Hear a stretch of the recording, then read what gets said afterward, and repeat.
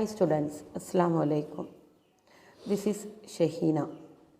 Welcome back to my class.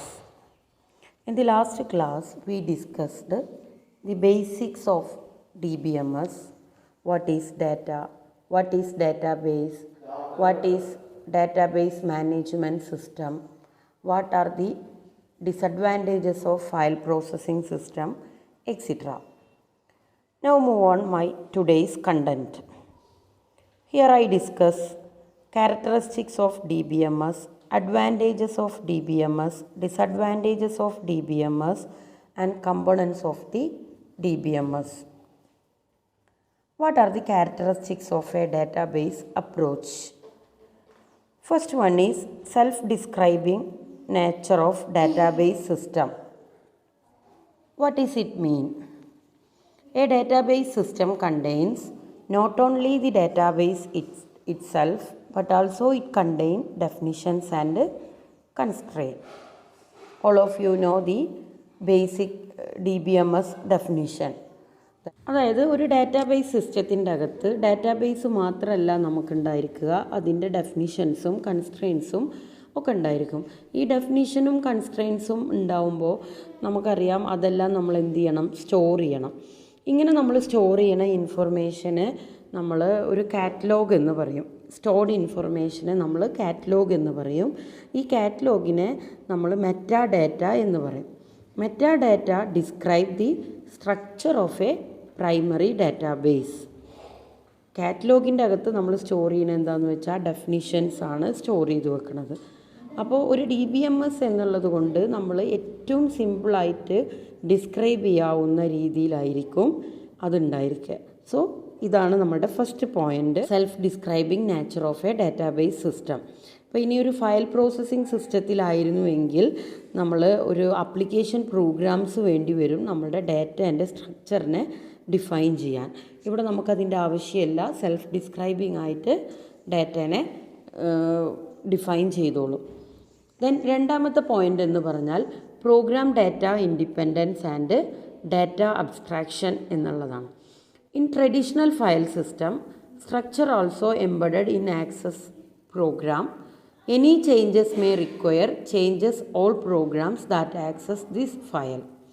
But in the case of a dbms this is not required.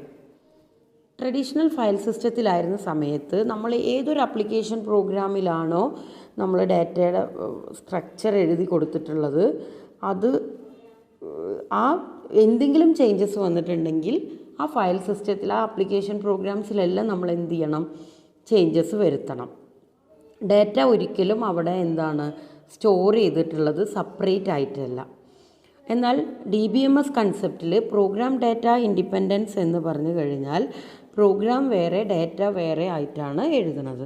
Suppose എന്തെങ്കിലും data സ്ട്രക്ചറിൽ changes വന്നു കഴിഞ്ഞാൽ നമുക്ക് അതിൻ്റെ ഡാറ്റേനെ effect ചെയ്യൂല, പ്രോഗ്രാമിനെ ഇഫക്റ്റ് ചെയ്യൂല.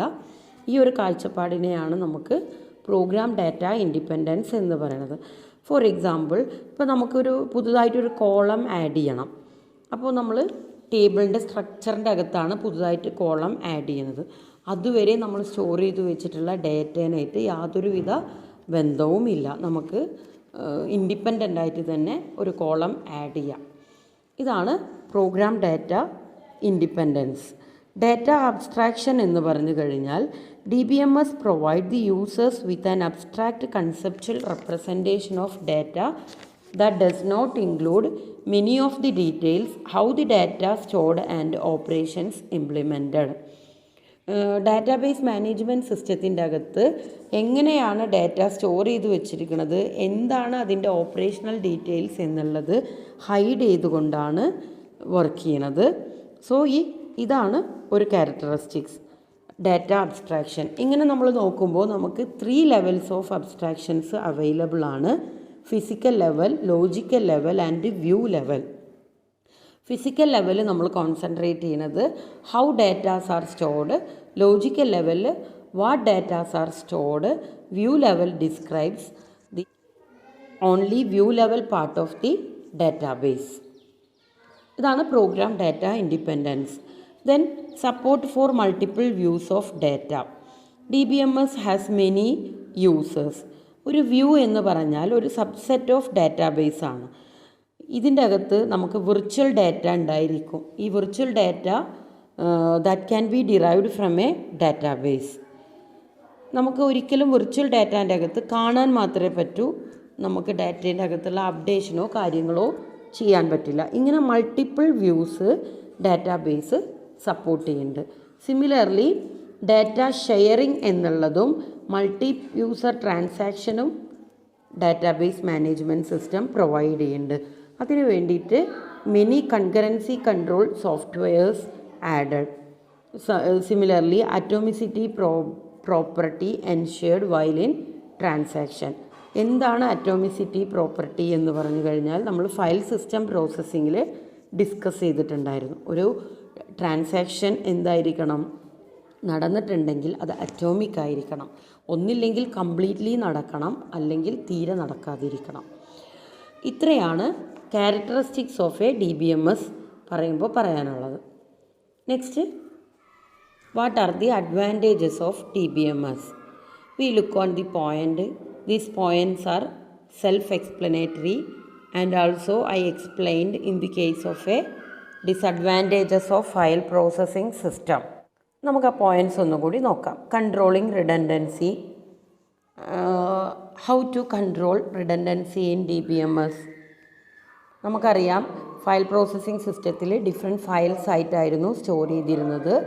ഇവിടെ നമുക്ക് ഒരു ഇതിൻ്റെ അകത്ത് തന്നെ ഒരു ടേബിളിൻ്റെ അകത്ത് നമ്മൾ ഒരു ഡാറ്റ സ്റ്റോർ ചെയ്ത് കഴിഞ്ഞാൽ ആ ടേബിളും അടുത്ത ടേബിളും തമ്മിൽ എന്തെങ്കിലും റിലേഷൻ ഉണ്ടെങ്കിൽ we enforce the referential integrity constraints.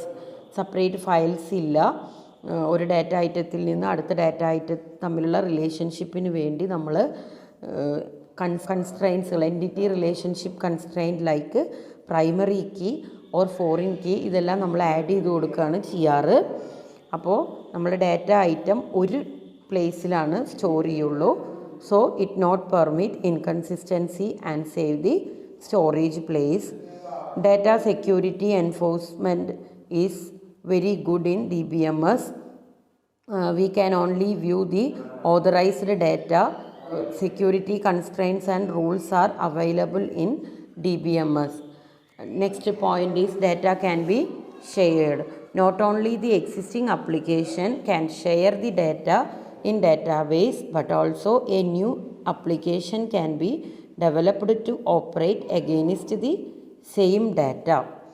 Transaction support can be very good in the case of a DBMS, and data independence.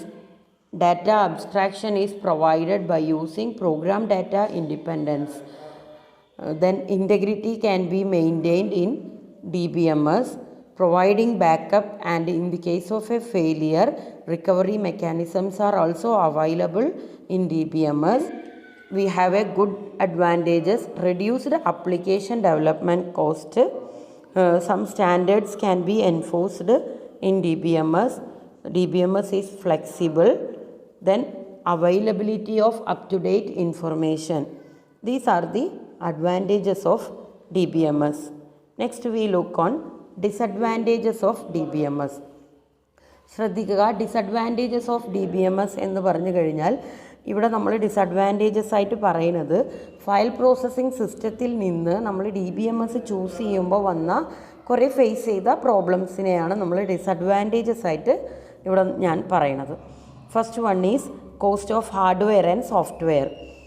നമുക്കറിയാം, ഫയൽ പ്രോസസ്സിംഗ് സിസ്റ്റത്തിനെക്കാട്ടിയും കൂടുതൽ മെച്ചപ്പെട്ട സോഫ്റ്റ്വെയർ ആണ് DBMS. So we need high speed processor, large size memory for DBMS software. The replacement or upgradation of hardware for DBMS is very costly. Then cost of data conversion. Conversion from file system to DBMS, it is very difficult and costly method to convert data file into database. Cost is large for developing such software. Cost of staff training, it's most complex. So training of users to use DBMS is required for every organization. The training include all the levels: programming, application development, database administration, etc. Organization has to pay the cost of training staff to run DBMS. Then appointing technical staff. A DBA, database administrator, application programs and data entry persons are required to run a DBMS software in the case initially. So pay good salary to these persons. Therefore the system cost increases. Then last one is database damage or failure. Due to some technical reasons, this may be data may be corrupted. So data may be lost. So അതിനനുസരിച്ച് നമ്മൾ എന്ത് ചെയ്യണം, substantial hardware or software നമ്മൾ maintain ചെയ്തൊഴിക്കണം. In case of a damage separate backup ഒക്കെ എടുത്തു വെക്കേണ്ടി വരും നമ്മൾ ചില കേസിൽ. ഇത്രയാണ് disadvantages of a DBMS. Next move on components of a DBMS. DBMSൻ്റെ കമ്പോണൻസ് നിങ്ങൾക്കറിയാവുന്ന ടേംസുകൾ തന്നെയാണ്, എന്നാലും ഞാനൊന്ന് സ്പീഡിൽ പറഞ്ഞു പോവാം. ഒരു DBMS സോഫ്റ്റ്വെയർ എന്ന് പറഞ്ഞാൽ what are the components needed. Then software വേണം, ഹാർഡ്വെയർ വേണം, ഡേറ്റ വേണം, procedures, data access languages and finally the users. Software is the major component. Software means set of programs used to handle the database and to control and manage the overall computerized database. DBMS software itself is a software required to run a DBMS. Sometimes new application programs needed to access the DBMS. Hardware means set of electronic device, computers, storage device, IO channels, etc. needed to running the DBMS software. Data is the most important component of a DBMS. DBMSൻ്റെ അകത്ത് നമ്മൾ മെയിനായിട്ട് store ചെയ്യുന്നത് എന്താ, ഡേറ്റാസാണ്. DBMSൻ്റെ main purpose എന്ന് പറഞ്ഞു കഴിഞ്ഞാൽ is to process a data. Then next one is procedure. It refers to the instructions and rules that help to design the database and to use the DBMS. എന്തെല്ലാം ഇൻസ്ട്രക്ഷൻസും റൂൾസും നമുക്ക് database use ചെയ്യുമ്പോൾ വേണം, അതെല്ലാം നമ്മളൊരു set of instructions procedures ആയിട്ട് പറഞ്ഞു കൊടുക്കുന്നതാണ്. അതിൽ ഇൻക്ലൂഡ് ചെയ്യുന്നത് ഏതൊക്കെയാണെന്ന് വെച്ചാൽ procedure to install the new DBMS, to log on the DBMS, to use the DBMS or application program, to make backup copies of database, to change the structure of DB, to generate the report of data retrieved from the DB. നമുക്കറിയാം, നമ്മളൊരു DBMS software use ചെയ്യുകയാണെങ്കിൽ ആ യൂസേഴ്സിന് ഒരു set of procedures കൊടുക്കും. അതിൻ്റെ അകത്ത് എന്തെല്ലാം include ചെയ്യണം എന്നാണ് ഞാൻ തൊട്ട് മേലെ പറഞ്ഞിട്ടുള്ള procedures. Next we need a database access language. നമുക്കൊരു ഡാറ്റ ആക്സസ് ചെയ്യാൻ വേണ്ടി ഒരു ഡാറ്റാബേസ് ആക്സസ് ലാംഗ്വേജ് വേണം. പുതുതായിട്ട് ഡാറ്റ എൻറ്റർ ചെയ്യണം. Sometimes we need to update some existing data, then we need to create some report. ഇതിനെല്ലാം നമുക്ക് എന്ത് വേണം, ഡാറ്റ ആക്സസ് ലാംഗ്വേജ് വേണം. Most popular data access language ആണ് SQL. ഇത്രയാണ് ഞാനതിൽ ലിസ്റ്റ് ഔട്ട് ചെയ്തിട്ടുള്ള എൻ്റെ ഇന്നത്തെ ടോപ്പിക് എന്ന് പറഞ്ഞിട്ടുള്ളത്. ഏതൊക്കെയായിരുന്നു? What are the characteristics of DBMS, what are the advantages and disadvantages of DBMS and components of the DBMS. നമുക്ക് കുറച്ചുകൂടി ഡീറ്റെയിൽ ആയിട്ടുള്ള ടേംസിലേക്ക് പോവാം. നമ്മുടെ DBMSൻ്റെ പ്രിലിമിനറി സെക്ഷൻ ഇവിടെ നമ്മളുടെ അവസാനിച്ചിരിക്കുകയാണ്. ഇനി നമുക്ക് കുറച്ചുകൂടി ഡീറ്റെയിൽ ആയിട്ട് എന്താണ് നമ്മളിനി പഠിക്കാൻ പോണതെന്ന് നോക്കാം. Thank you for your valuable presence.